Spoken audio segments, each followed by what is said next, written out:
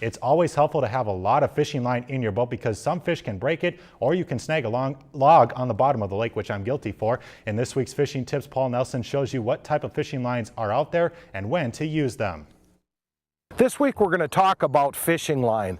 There's a whole bunch of different types of fishing line on the market, and it gets kind of confusing as to which type you want to use for which situation. Now, your all-around standard fishing line is the 3 polymer line that Trilene, Northland makes a number of them. There's a whole bunch of companies out there that are making fishing line. Your standard mono, the lighter the line you use, the more often you have to change it.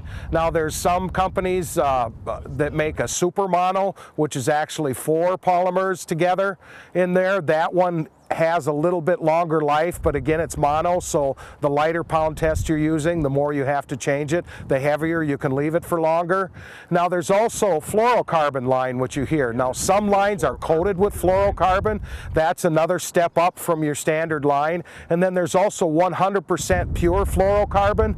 That's not a line that you want to use or spool onto your reel because it's way too expensive, and that's not the proper use for that. That's mostly for leader line. It's low visibility. It's the most expensive mono, and that's the line that you just want to use for leader line rather than using that for spooling on your entire rod. And if you want to get the biggest bang for the buck, you can use one of the braided lines and then tip them with either liters of fluorocarbon, but that braided line is actually going to last you a season, and you'll be able to use that and get good feel out of it. It doesn't stretch. It helps you feel the bites a little bit better.